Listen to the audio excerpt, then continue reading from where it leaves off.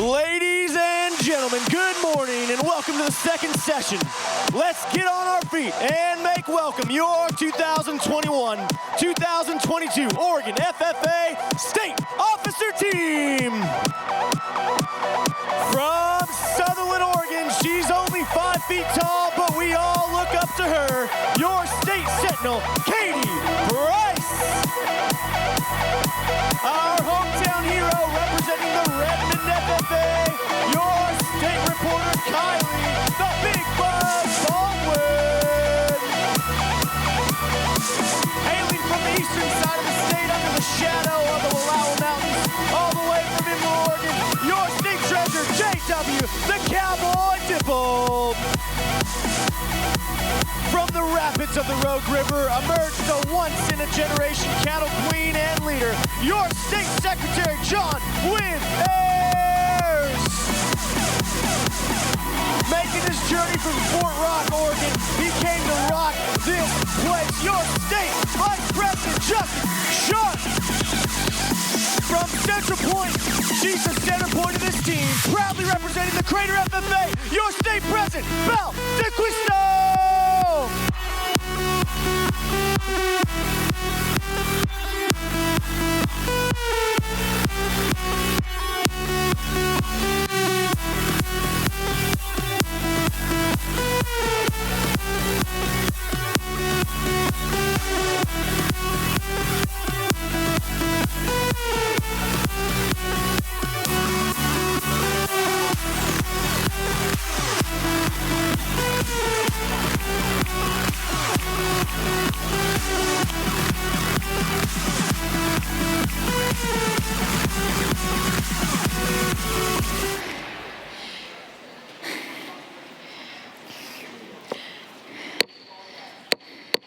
The convention hall will come to order. We are now holding the second session of the 94th Oregon FFA State Convention.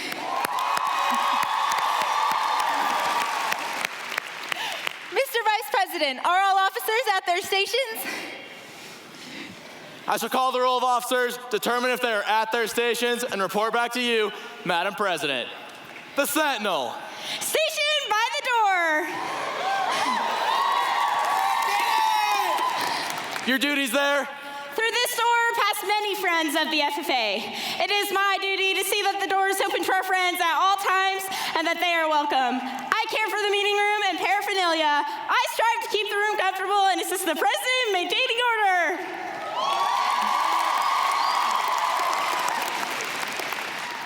The reporter. The reporter is stationed by the flag. Why by the flag? As the flag covers the United States of America, so I strive to inform the people in order that every man, woman, and child may know that the FFA is a national organization that reaches from the state of Alaska to the Virgin Islands and from the state of Maine to Hawaii. The treasurer. Stationed at the emblem of Washington.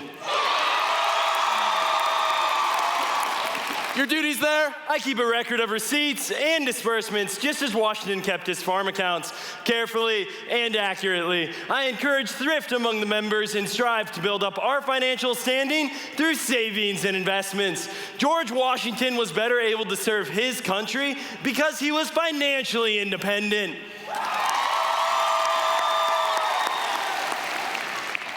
The secretary. Stationed by the ear of corn. Your duties there? I keep an accurate record of all meetings and correspond with other secretaries wherever corn is grown and FFA members meet. The advisor. Here by the owl. Why by the owl? The owl is a time-honored emblem of knowledge and wisdom. Being older than the rest of you, I'm asked to advise you from time to time as the need arises.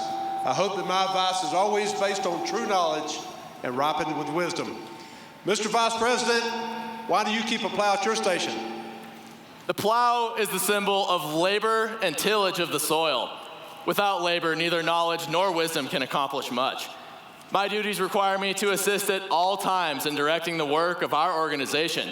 I preside over meetings in the absence of our president, whose place is beneath the rising sun. And why is the president so station? The rising sun is the token of a new era in agriculture. If we will follow the leadership of our president, we shall be led out of the darkness of selfishness and into the glorious sunlight of brotherhood and cooperation.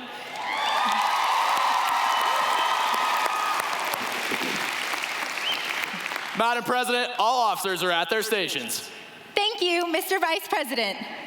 The Secretary will call the roll of members.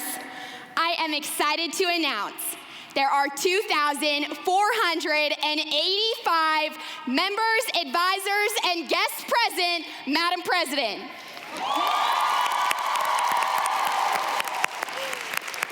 Thank you. FFA members, why are we here? To practice brotherhood, honor agricultural opportunities and responsibilities, and develop those qualities of leadership which an FFA member should possess. May we accomplish our purposes. I now declare this, the second session of the 94th Oregon FFA State Convention, duly open for the transaction of business and attention to any matters which may properly be presented.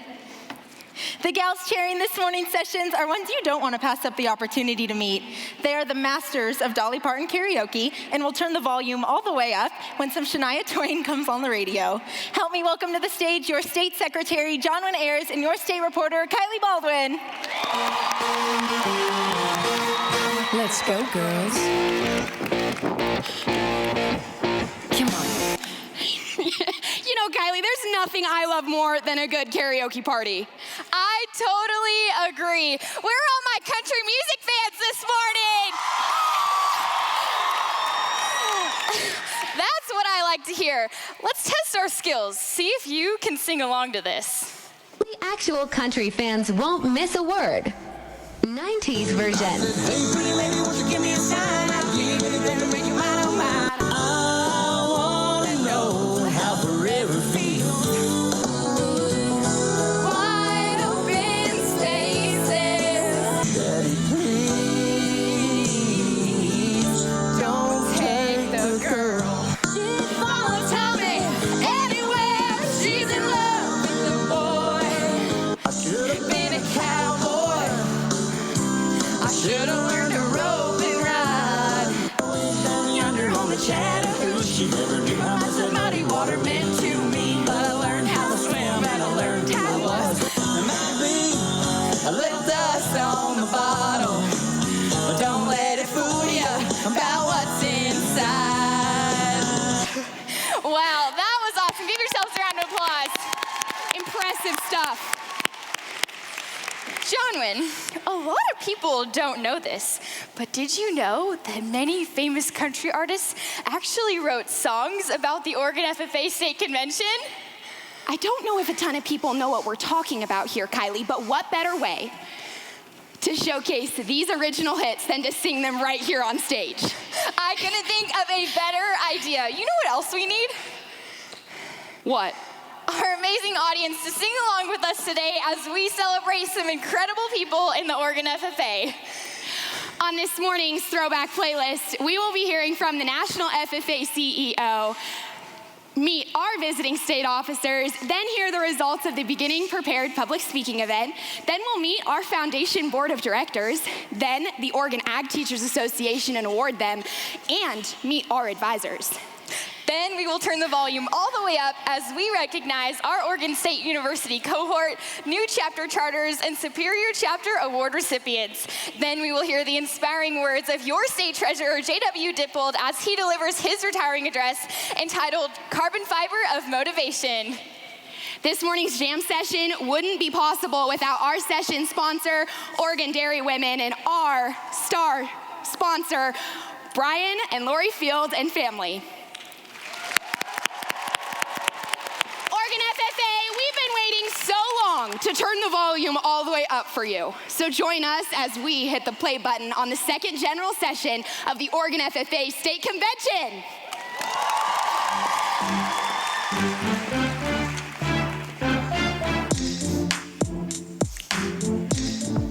My favorite experience is definitely any mini bus trip to state soils and stopping along the way to judge random pits. Ladies and gentlemen, members and guests, it is my distinct pleasure to kick off this session and introduce to you Mr. Scott Stump, the National FFA Organization and National FFA Foundation Chief Executive Officer. Mr. Stump joins us from Stoneham, Colorado, where he lives on a small ranch with his wife Denise and 3 children, Brady, Ross, and Emma. He has a rich background in agriculture education, career and technical education, and the FFA. A few highlights of his career include working for the FFA as an ag teacher, state and national staff person, being named as the COO of learning solutions provider Vivaic Incorporated, and in 2018 was confirmed by the U.S. Senate to serve as the Assistant Secretary of Career, Technical, and Adult Education for the U.S. Department of Education. Mr. Stump, welcome to Oregon.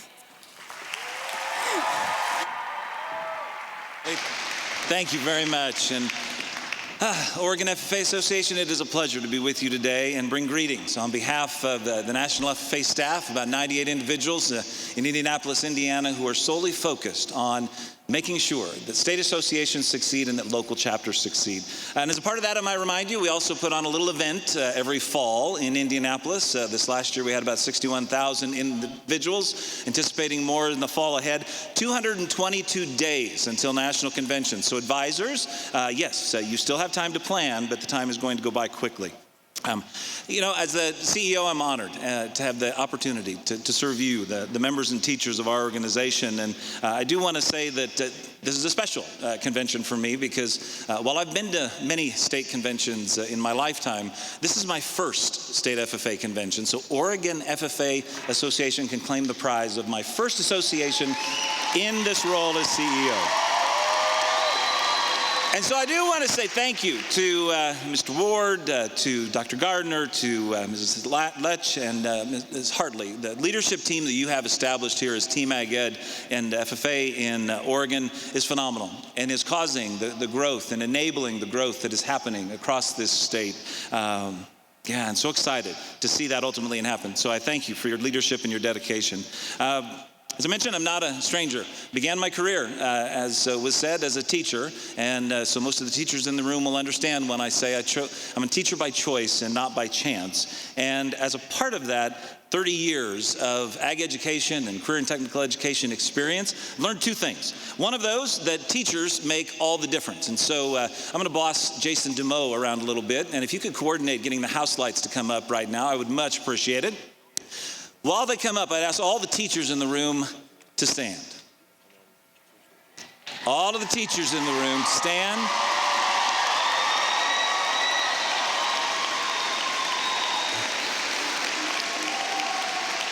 Absolutely. Stay standing, absolutely well-deserved, because that transaction that happens between a teacher and a student that first allows them to step into membership. And I know teachers, you've had to convince some students to be in ag education and to have access to FFA. Thank you for doing it, because it will make a significant difference in their lives. And so, members and guests, on the count of 3, if you would, at the loudest possible volume you can, yell "You rock" to these fine individuals, join me in doing that. So again, on the count of 3, you're gonna say "You rock." 1, 2, 3. Wonderful. Teachers, thank you for all you do. You may be seated, and Jason, you can bring them back down. Second thing that I know is that FFA, on a national level, is the largest and, to me, the finest organization in developing the leaders that are going to feed, fuel, and clothe this world, and that are going to support and build local communities across this nation. We take premier leadership, personal growth, and career success very seriously, and that 750,000 students are going to influence not just our nation, but this globe. But that's not a passive process, FFA members. The officers have done a great job of highlighting that you've got to go all in on this. And in my opinion, going all in starts with saying yes. Many years ago, I attended a Green Hand Leadership Conference in Central Indiana at Trafalgar at the FFA Leadership Center before my freshman year in high school, and had a state officer by the name of David Menon that said, "You know what? You need to be our small group's creed speaker in the creed speaking competition that we're having at this camp." And I said, "No. FFA members, How many of you have said no to your ag teacher or to someone else when they've said, hey, you really ought to consider getting involved in this? Let me just hear it. Yell it out if you can confess. Okay, now let's go the other way. If you know of a friend who has said no to an opportunity, let's hear you. There we go. I figured as much. You've got to say yes to the opportunities. When the ag teacher says, hey, let's compete in this CDE or LDE, absolutely. Find a way to say yes. When they come to you and say, you know what, there's a proficiency application that has your name written all over it, say yes. When they say, hey, you might be a great one to sing the national anthem, either state convention or national convention, say yes. By saying yes to those opportunities, ladies and gentlemen, that will make all the difference in this world. And we've got a big difference that we've got to make. By 2030, in less than 8 years from now, we'll have another 1 billion people on this planet. That world counts on us in American agriculture to deliver the products, the foods, the feed, the fuel, the clothing that will ultimately allow that 1 billion more people to have that quality of life that we would hope as we work our way forward. You are going to be the next generation of leaders who will feed, fuel, and clothe the world, and you've got to start by saying yes. So, task for you, number 2, is when I say 3, you're going to turn to your neighbor and say, just say yes. 1, 2, 3. Wonderful. Thank you very much. That's how you get to be all in. Ladies and gentlemen, have a wonderful state convention.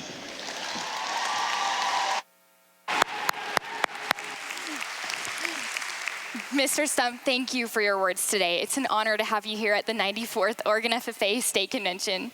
Please accept this gift as a token of our appreciation. Kylie, thank you very much. Thank you so much.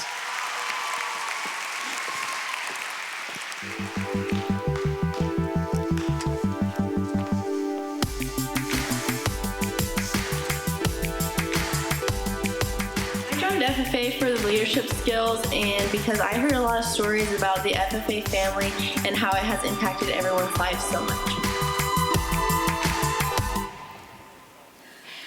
We all know the FFA jackets sure do come from a lot of places.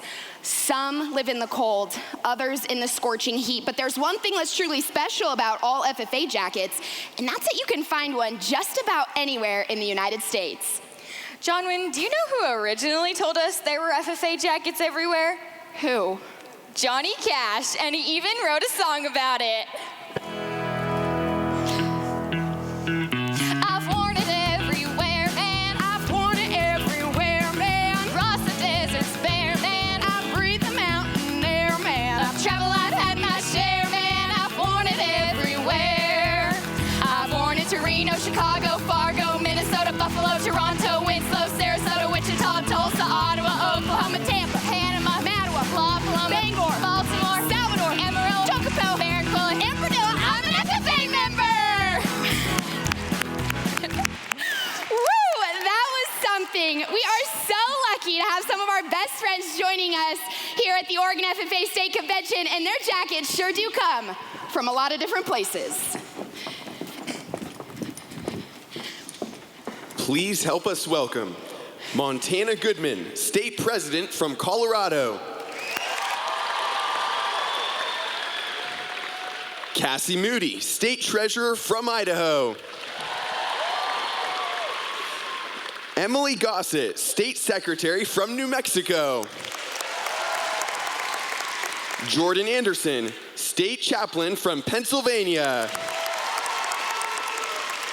From Texas, Jeremiah Steff, Region 7 Vice President. And Caden Collins, Area 8 Vice President. From Virginia, State President Charlie Mosier and State Secretary Emma Jackson. And Madison Wolf, State Secretary from Washington. Be sure to say hello to our visiting state officers, and if you want one of them to join you for a meal, give them an invite. We are so lucky that FFA jackets have been everywhere, and some incredible state officers from all over the country are joining us here for convention. We challenge each of you to meet them over the next few days, and we are counting on them to help us turn the volume all the way up, especially in their workshops, which can be found in your convention packet. Let's welcome them to Oregon with a round of applause.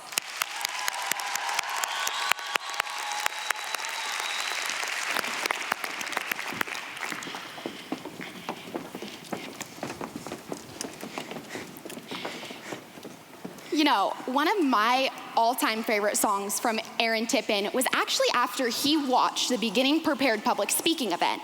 And he learned so much that he needed to find a way to share it with everyone. So he wrote a song about it. Let's hear it. Said you've got to stand for something or you'll fall for anything. You've got to be your own man, not a puppet on a string. Never compromise what's right and uphold your family name. You've got to stand for something or you'll fall for anything.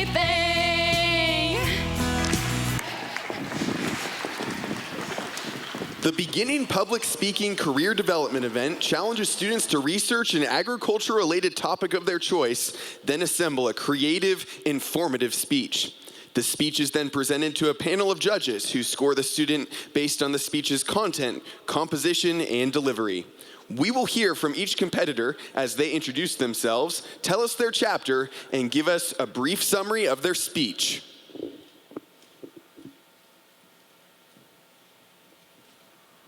My name is Henry Bennett, and I'm from the Sandy FFA chapter, and my speech is titled IP13, The Downfall of All of Us. Now, I'm going to need you to play along with me for just a second. Imagine a world with no animal care. No castration, no spaying, no planned breeding, natural or otherwise, no veterinary care, and no transportation. The list goes on. This catastrophe may seem like a far-fetched Armageddon scenario, somewhere between the book 1984 and a cheap horror movie. However, this catastrophe could become a reality within our state if Initiative Petition 13, otherwise known as IP13, gets enough signatures to be put on the ballot this November. IP13 is an in-initiative petition on its way to the 2022 Oregon general election. According to Mary Ann Cooper, the Vice President of Government Relations for the Oregon Farm Bureau, says that this proposed measure will criminalize animal management by targeting the majority of exemptions from the animal crime statute that currently ensures that the laws are not applied more broadly than intended to animal agriculture.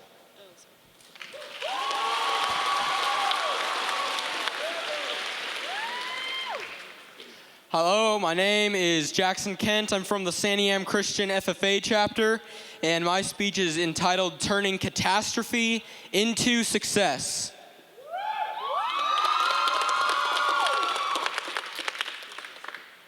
We're all gonna die. With the way things are going on in the world around us, it's not hard to think of numerous catastrophic events that are or quite possibly could happen at any given moment.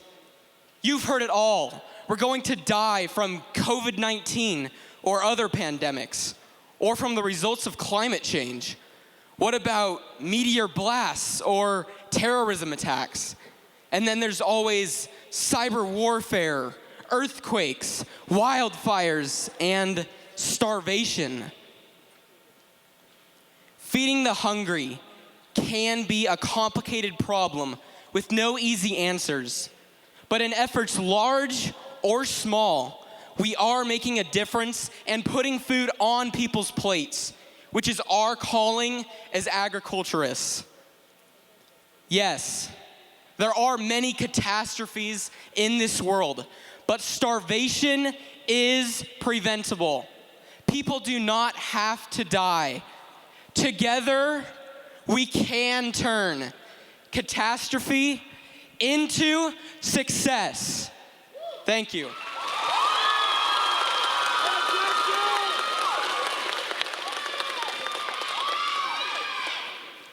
Hi, my name is Logan Gray. I'm from the Silverton FFA chapter, and my speech is entitled, Is Showing Right for You?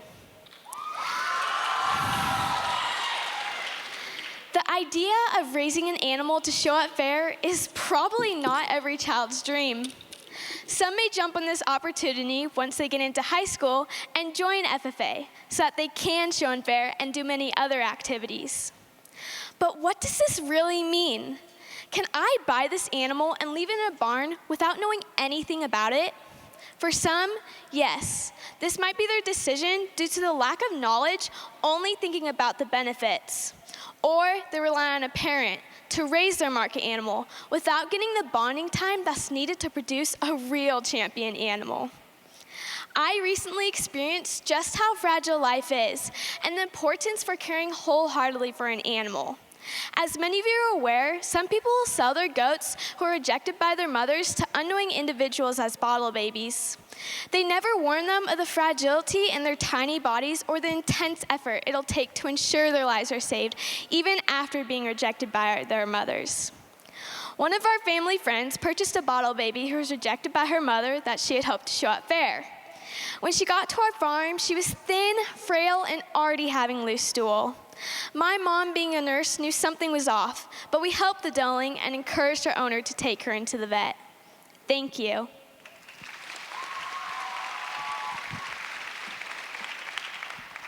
Hi, my name's Karen Navari from the Dayton FFA chapter, and this is Agriculture's Two Truths and a Lie. I was scrolling through social media a couple months ago and came across an ad for an all-organic, non-GMO apple at one of the local grocery stores in town. I immediately thought, what is the difference between this apple and any other traditionally grown apple? Now, most people don't know the answer to this question, and lots of them just assume that their organic product must be better or that GMOs aren't safe for consumption. But what is the truth about the agricultural industry? Why are stores marketing these products so highly? And what makes people believe that organic is better? These questions and many more are all things I thought of while scrolling through my phone. And again, recently, while packaging actual apples with my FFA chapter. After doing some research, I found several areas of agriculture that people just don't understand. One of the biggest misconceptions about agriculture is that today's farmers are old-fashioned and stuck in old traditions, or unwilling to change and adapt. People see agriculture as old school, inadequate, and low-tech. What they fail to realize is that agriculture is actually a major hub for the latest technological and scientific advancements. Thank you.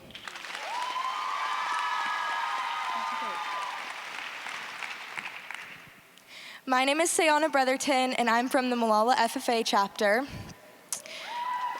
My speech is titled, GMOs, Baleful or Beneficial? I remember being a little kid and being so curious about the whole world and how it worked.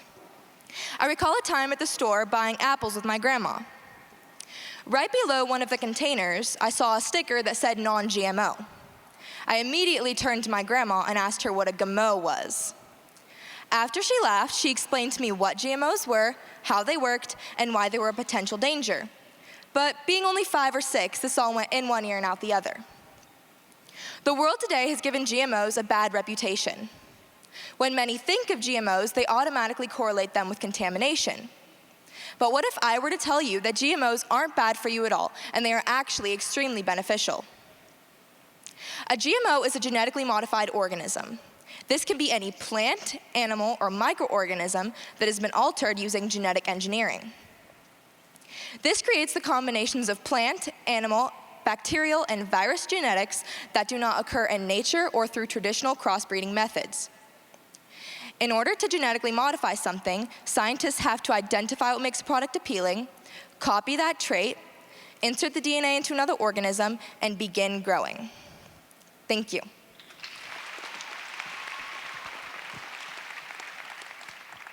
Hi, I'm Lily Rockhill from the Prairie City FFA, and my speech is entitled The Food Waste Dilemma.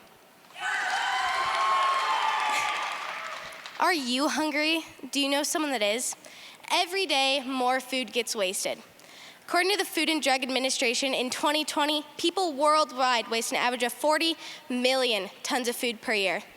That is around 219 pounds per person and 25% of the world's food supply. According to the website Journey 2050-2017, we need to grow 60% more food to sustain our population by 2050. We need to use this food to sustain our population and find ways to reduce food waste. Thank you.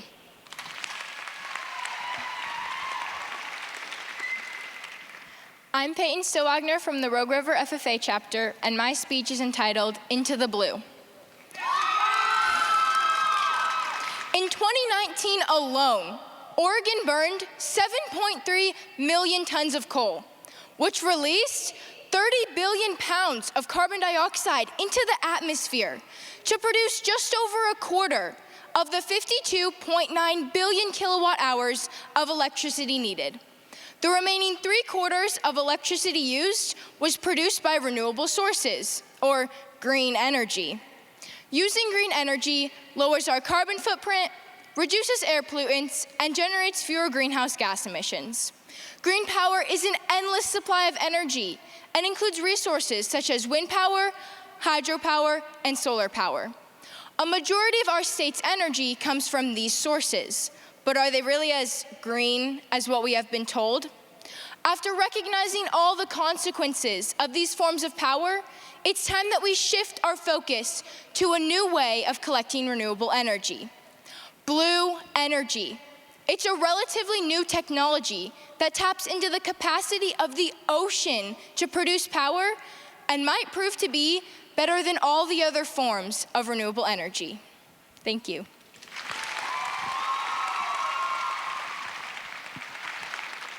My name is Azure Porter, and I'm from the Ontario FFA chapter, and my speech is entitled, My 1,200-Pound Therapist. Springtime is here. The weather is warming, and days are getting long as spring brings new life. It was a Friday when the announcement that would alter my life forever rings out over the loudspeakers. School is canceled. Then 2 months later, kids are doing online school, parents are working from home, and the world has gone into lockdown. Now, people are suffering from conditions such as depression, anxiety, stress, eating disorders, behavior disorders, and learning challenges as a result of isolation from the COVID pandemic. Luckily, I had my 1,200-pound therapist and made it through 2020 and 2021 unscathed. My therapist is my horse. Thank you. Let's congratulate our competitors on a job well done, as we remember that none of this would be possible without sponsor Miss Wendy Anthony and star partner Harvest Capital Company.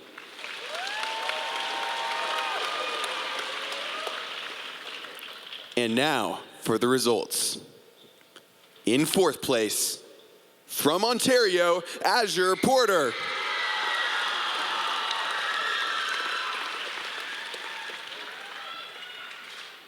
In 3rd place, from Sandy, Henry Bennett.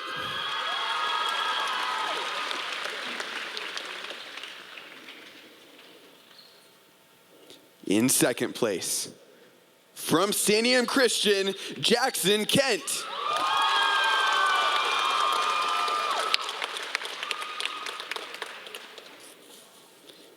And in 1st place, from Rogue River, Peyton Stillwagner.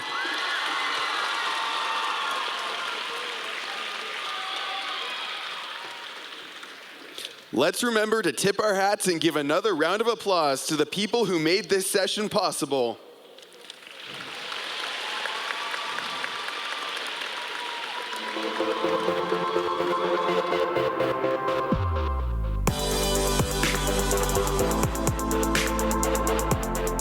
Sponsors should support FFA because FFA is a huge organization that helps students along with leadership, and I just feel like supporting FFA helps students learn and know what they want to do in the future. The Chicks, Rascal Flatts, Lady Antebellum, Brooks and Dunn, the Judds. There really are some great groups in country music. I couldn't even try to pick a favorite. From well-written songs to the tallest skyscrapers in the world, the Oregon FFA Foundation Board of Directors is a group of individuals who are passionate about agriculture education and developing young leaders. Their purpose is to provide financial funding for all programs within our state association. Our board members are people who strongly believe that the greatest investment we can make is in our next generation of leaders.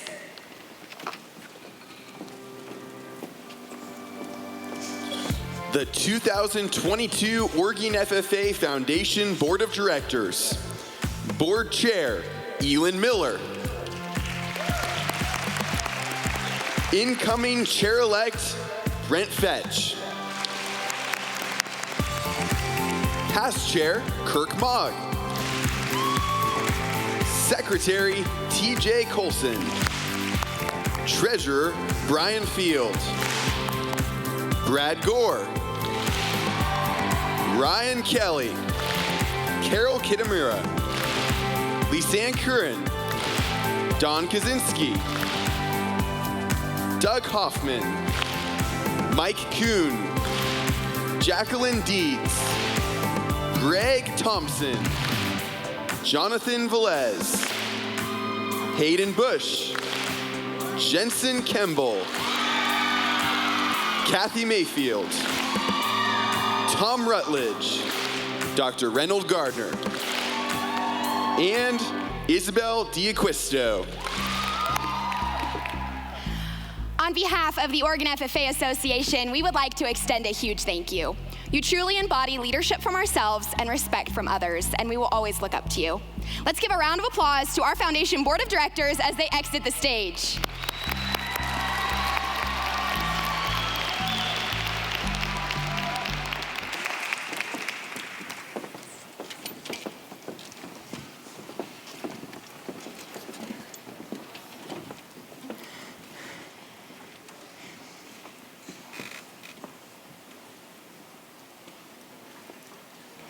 The only thing better than Johnny Cash and Aaron Tippin singing about state convention was when Miranda Lambert came and realized that our FFA advisors truly are what built us into the state officers we are today.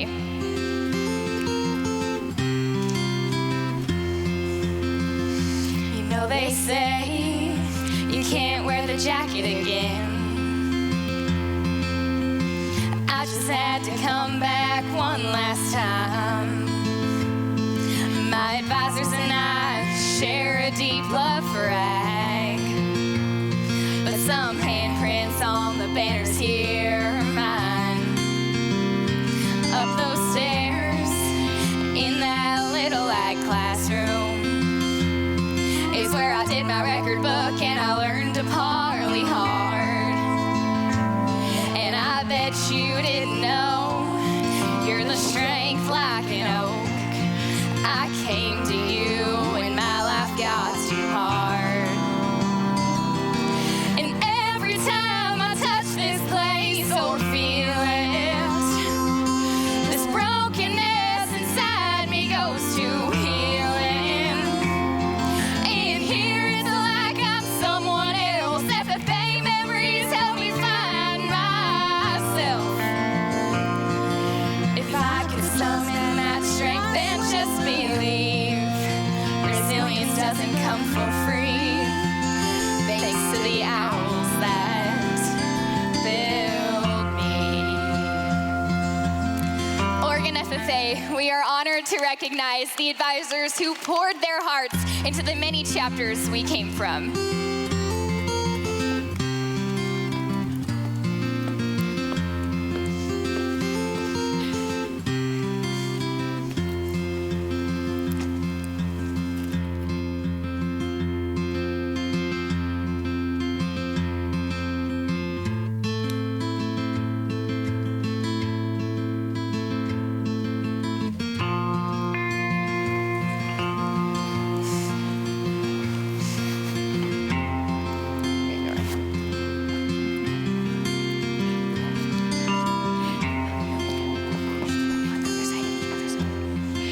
Oregon FFA, I am pleased to introduce you to my advisors, Mrs. Kristen Kosman, Mr. Jim Miller, and Mrs. Bailey Corcoran.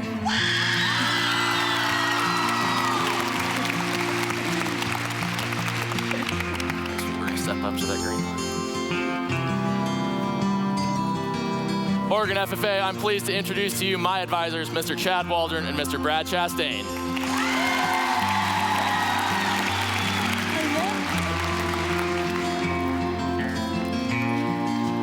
Oregon FFA, I am so pleased to introduce to you my advisors, Ms. Nicole Bambino, Mr. Sam Herringshaw, and Mr. Tom Ayers.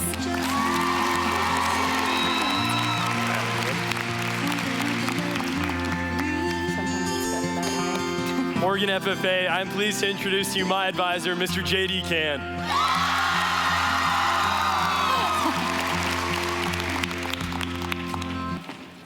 Oregon FFA, I am pleased to introduce to you my advisors, Miss Tammy Frank, Mrs. Jana Volkers, Mrs. Alyssa Davies, Mr. Pat Dixon, and Mr. Lance Hill.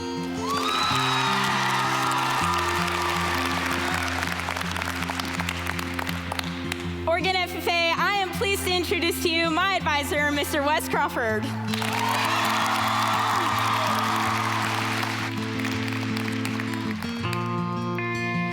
As they exit the stage, Oregon FFA, please help me thank our advisors and any advisors who are here with us at convention.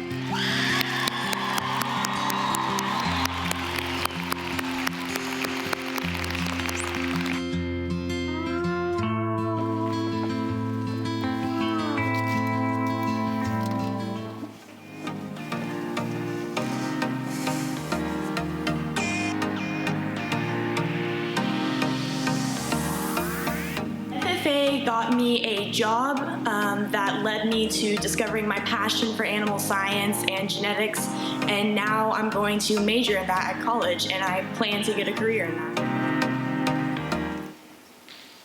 Well, hello, Dolly. Did you know that Dolly Parton's biggest hit of her life was 9 to 5? But the original version, 5 to 9, was actually written about ag teachers. Wow. No one knows how hard ag teachers work better than Dolly. I found the original lyrics, Kylie. I think we need to sing it for everyone. Let's hear it.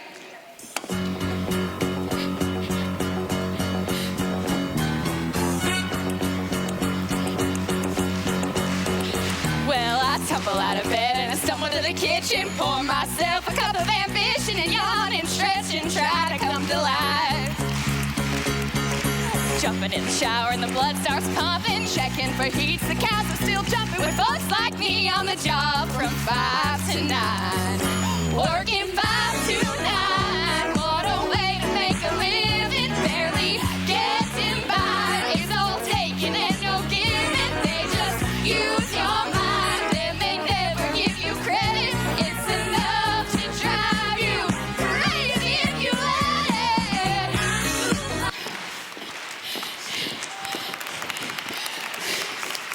Okay, we're gonna step just a hair past this line, yep. The OATA officers are some of the hardest working people in our organization. The Oregon Ag Teachers Association is a professional organization that supports the development of ag educators in Oregon. We are thrilled to recognize the officers of the OATA. Serving as president, Kathy Mayfield from North Clackamas. Our past president, Marty Campbell from Pendleton.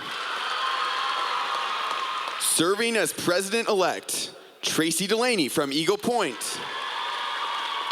Serving as secretary-treasurer, Lynn Thomas from Central. And serving as newsletter editor, Brenda Fearson from Lebanon. Let's give them our appreciation for their service to OATA and FFA.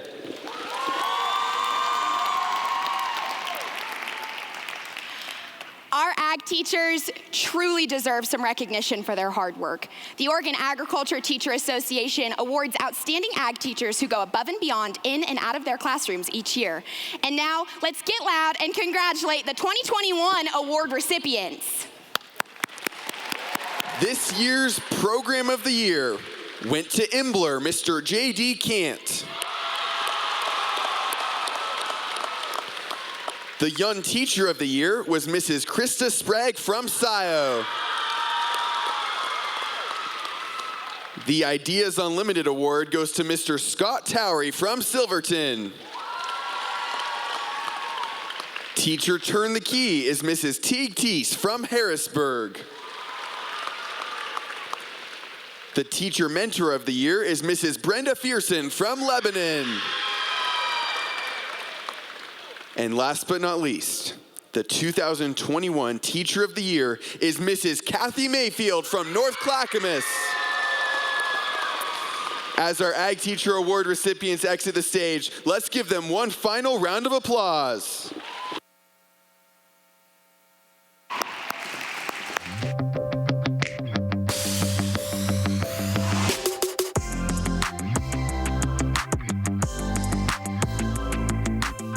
FFA because it's been a part of my family for a really long time. I grew up seeing awards that my dad had won in his high school days in FFA hanging on his wall, and that really inspired me to be a part of it and see what it had to offer.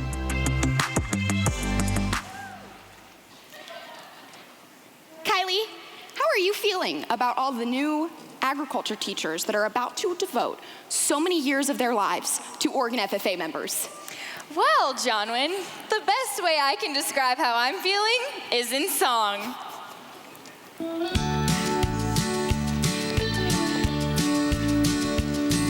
You may think that I'm talking foolish. You've heard I was wild and free. You may wonder how I can promise you now this call that I feel for ag pedagogy. There'll be no time to be killing. I'm now an advisor who's wise. As sure as I live, this life that I give will be dedicated to members till the day that I die. No maybes, I'm gonna teach ag forever. Forever and ever, amen.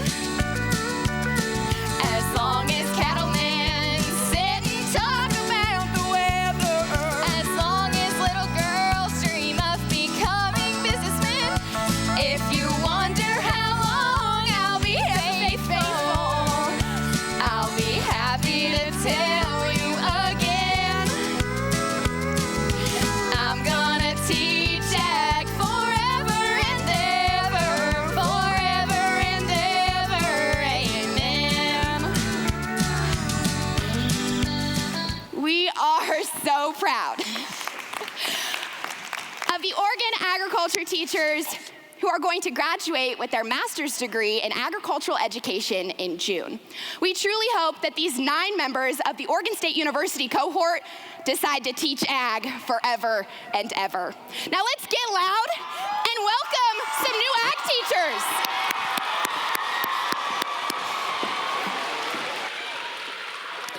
Mr. Andrew Dunn from Sherwood, student teaching at Eagle Point. Miss Helen Wayne from Bandon, student teaching at Joseph. From Oregon City, Miss Mackenzie Willie, student teaching at Redmond. From Lost River, Miss Hannah McAuliffe, student teaching at Central. Miss Nelia Kennedy from Blue Lake, California, student teaching at Salem Kaiser. Miss Abigail Bearhorse from Yamhill, student teaching at St. Paul. Miss Amy Jo Kaufman from Athena, student teaching at Bend. From Wallowa and student teaching at LeGrand, Miss Ashley Durning. And from Klamath Falls, student teaching at Dallas, Miss Riley Hyergen. Congratulations to the 2022 OSU Ag Ed cohort for their choice to enter the agricultural education profession. Let's turn the volume all the way up to celebrate Oregon FFA members who have committed to teach agriculture.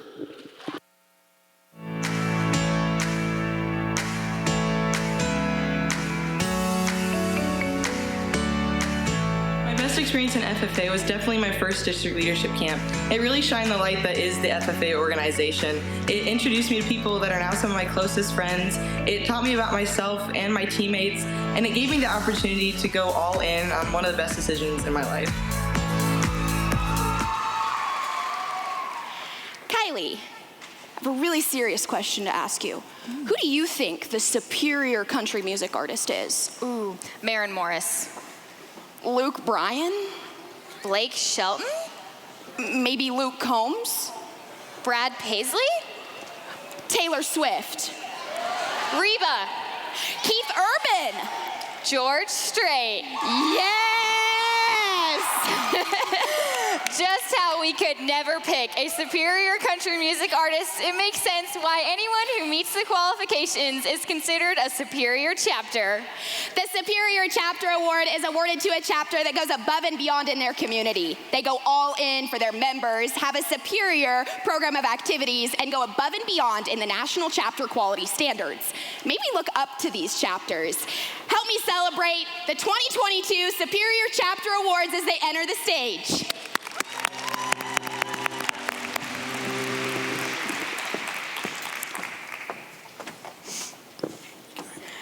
Help us celebrate the Oregon FFA Superior Chapters. Baker, Canby, Central, Elgin, Elkton, Glide, Imbler, Joseph, Lost River,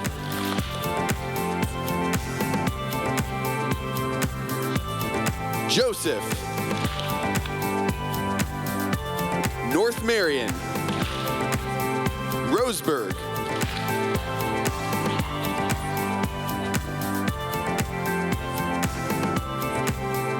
St. Paul, Yamhill Carlton.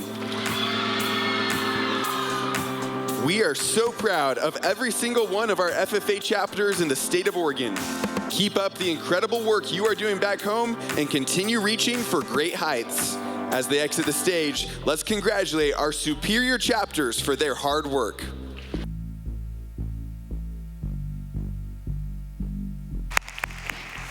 Kylie, do you know who my all-time favorite country music artist is that visited the Oregon FFA State Convention?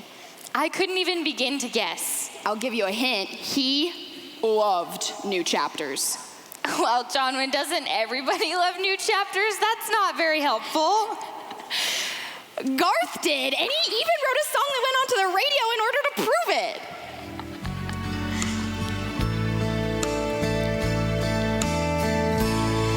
Sometimes I thank God for new chapters. Remember when you're talking to the man upstairs, and just because he doesn't answer doesn't mean he don't care. Some of God's greatest gifts are new chapters.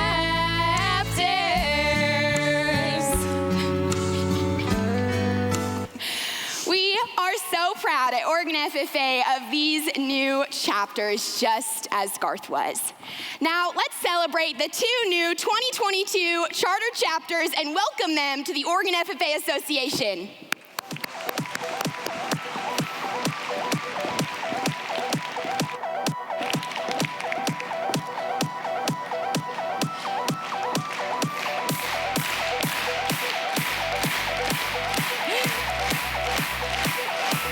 Madam Secretary, will you read the requirements for chapter charter?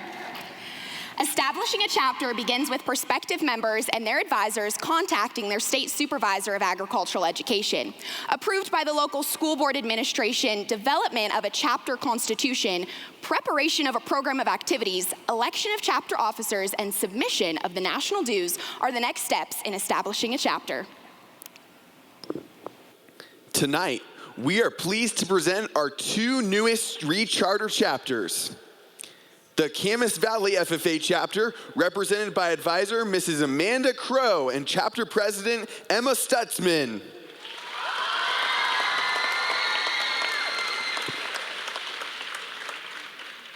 And unable to be present this morning, congratulations to the North Valley FFA chapter. As they exit the stage, let's give these newly chartered chapters one huge round of applause.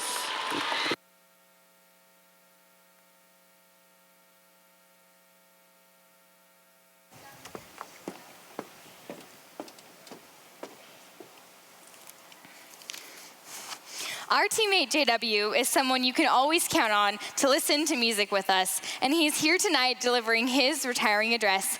Please help me welcome Allison Starwall and Nate Bingaman to the podium.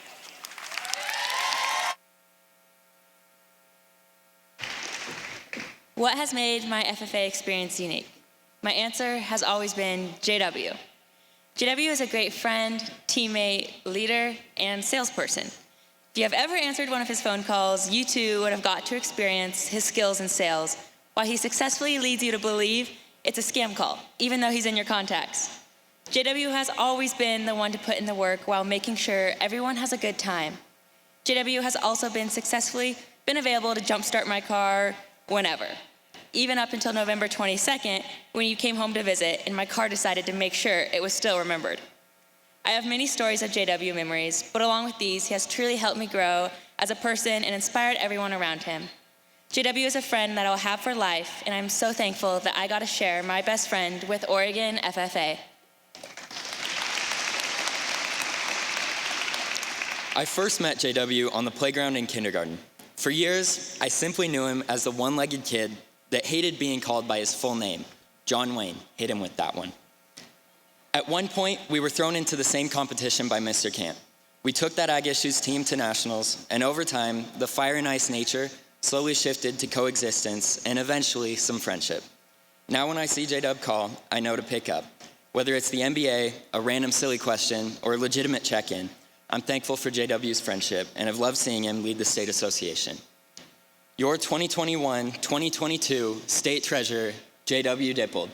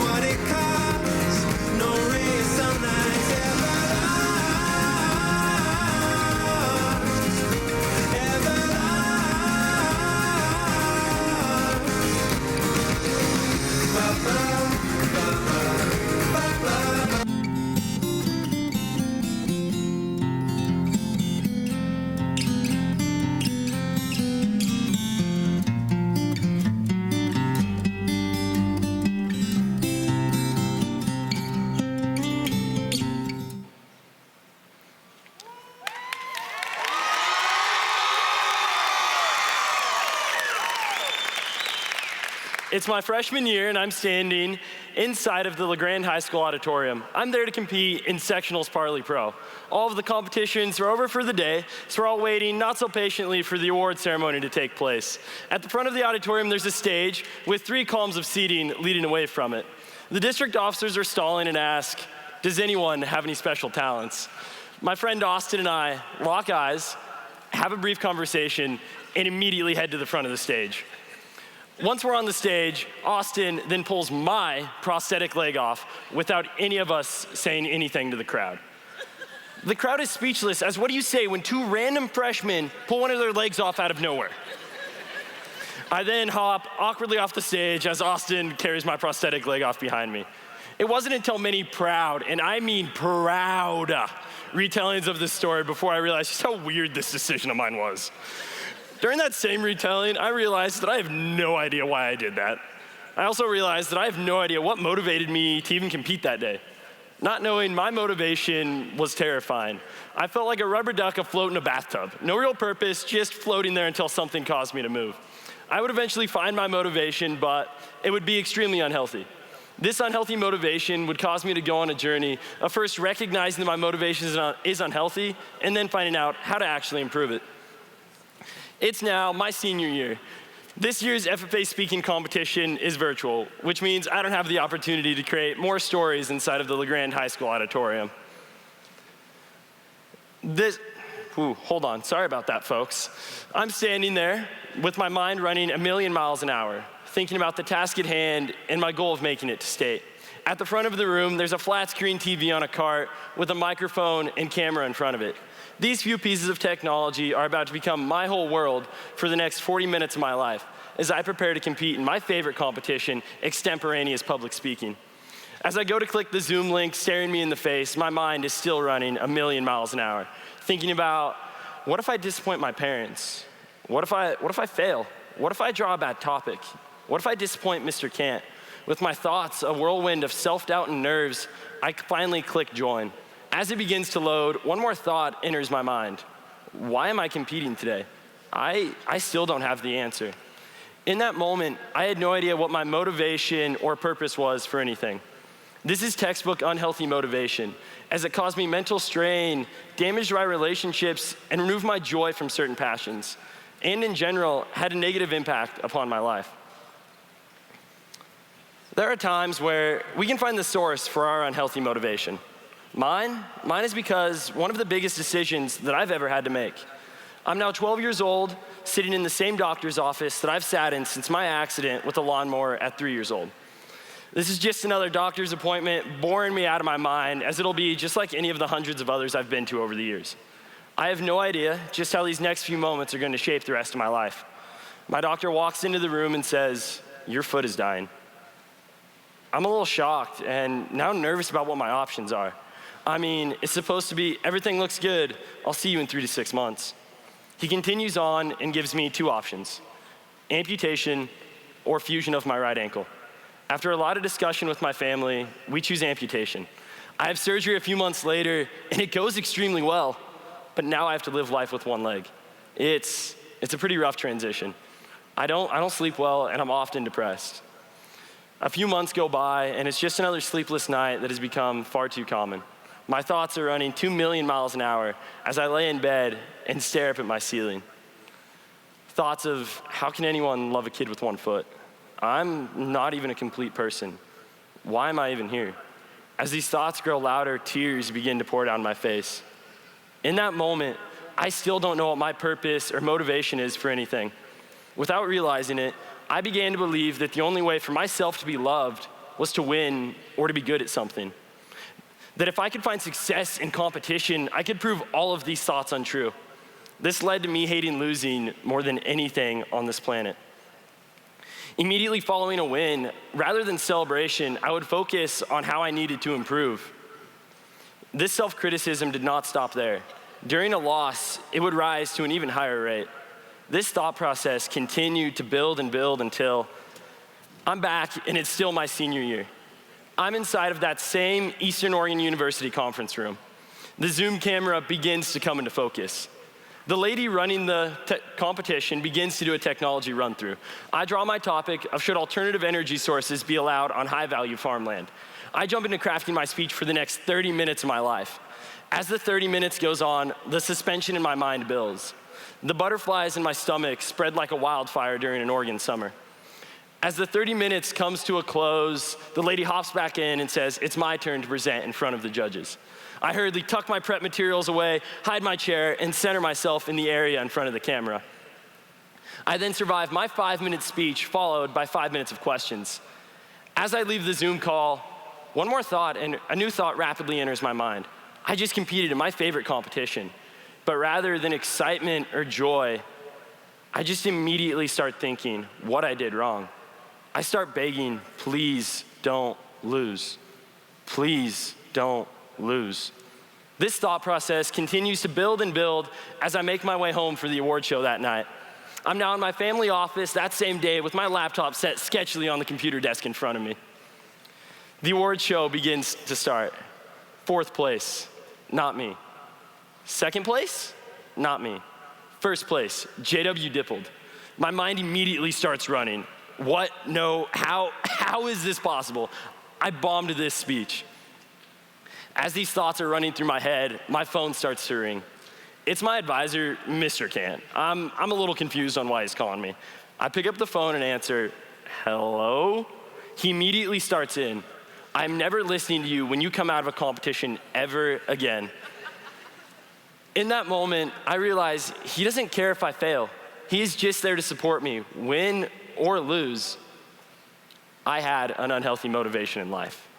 I felt that in order to be loved, I had to win or to be successful. I had to go on this journey of recognition on my own. If anybody would have tried to tell me, your motivation's unhealthy, I would have laughed and walked away. I recognized just how unhealthy this was for myself. There are many ways to go about discovering if your motivation is unhealthy. One of these is to find the answer to a few of these questions.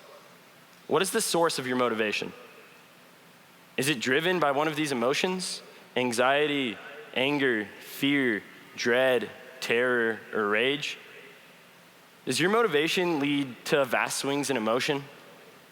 If you answered yes to any of these questions, your motivation may be unhealthy. Once you're able to recognize that your motivation is unhealthy, you have two options.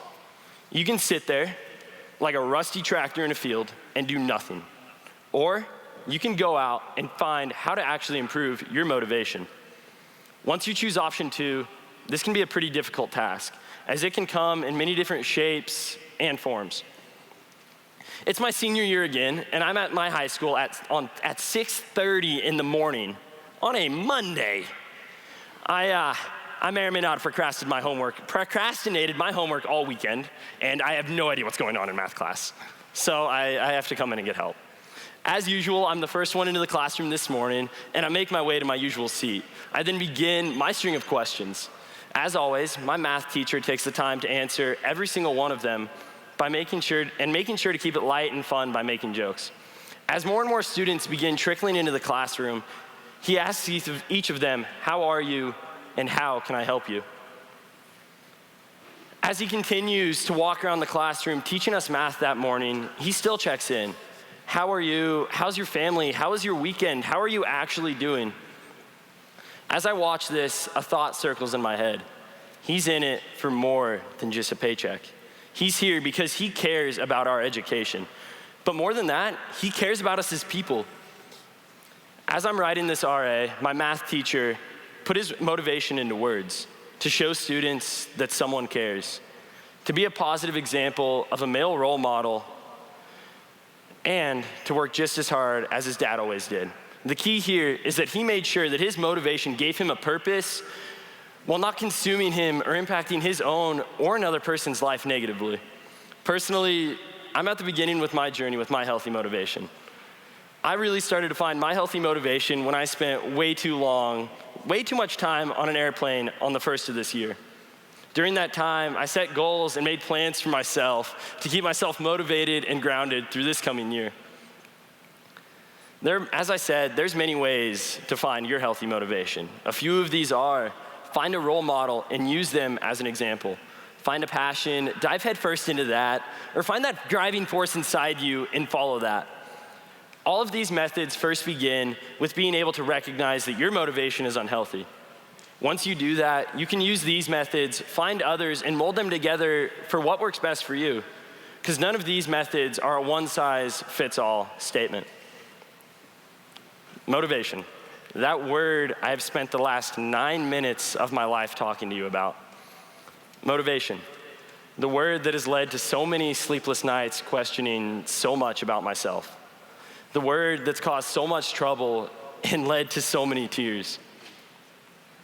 The first step in a journey with an unhealthy motivation is being able to recognize that it's unhealthy. Once you do that, you can go out and improve.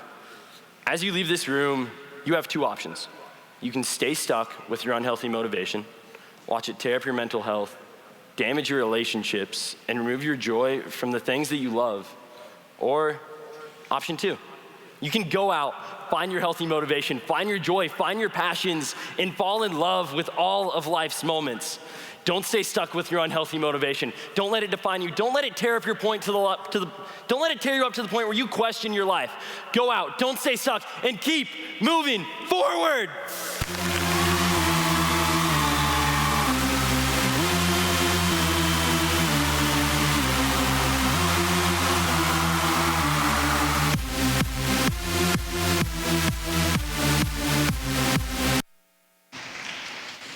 Anyone who knows JW knows that he is one of the loudest, most encouraging people in this state.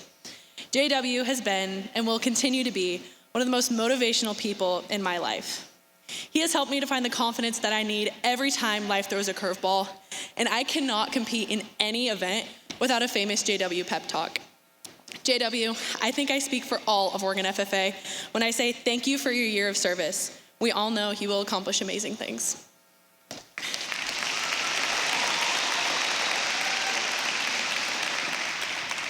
JW, you are a super awesome guy, always providing energy and hype. You've touched Oregon FFA in too many ways to not have made an impact. Your fun-loving nature is infectious and never-ending. You do an amazing job finding ways to make people laugh and smile. When I first met you, I knew it was the beginning of a lasting friendship.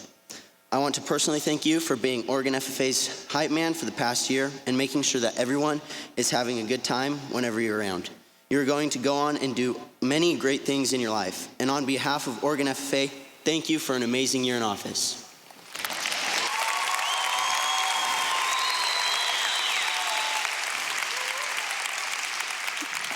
JW, you are the perfect example of generosity, tenacity, and laughter. We love you so much, and we're so proud to call you one of our best friends. Love Katie, Belle, Johnwyn, Justin, and Kylie. Oregon FFA, your 2021-2022 State Treasurer, J.W. Dippold! Nothing. Tell me what you know about the night terrors every night. 5 a.m. cold sweats waking up to the sky.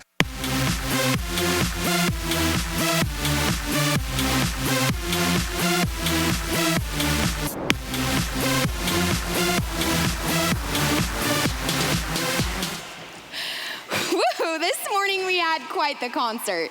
We met the National FFA CEO, our visiting state officers, heard the results of the beginning prepared public speaking event, then awarded the Superior chapter, the OSU cohort, the OATA officers, and awarded them. Then we chartered 2 new chapters and listened to the inspiring words of our state treasurer, J.W. Dippold, as he delivered his retiring address. Just as we turn the volume all the way up in today's session, we hope that your volume is all the way up for the next 3 days of convention. In tonight's session, we will join our state vice president and state treasurer as we congratulate the winners of the prepared public speaking contest, watch our members receive the golden emblem of their state FFA degrees, recognize our State Star Award recipients, hear the inspiring words of our guest speaker, Kate Garnes, recognize our past state officers, and finally hear the inspiring words of your state president, Isabel Giaquisto, as she delivers her retiring address entitled Shine. Let's make sure to give one more huge thank you to our session sponsors, Oregon Dairy Women, and our star partner, Brian and Lori Field and family.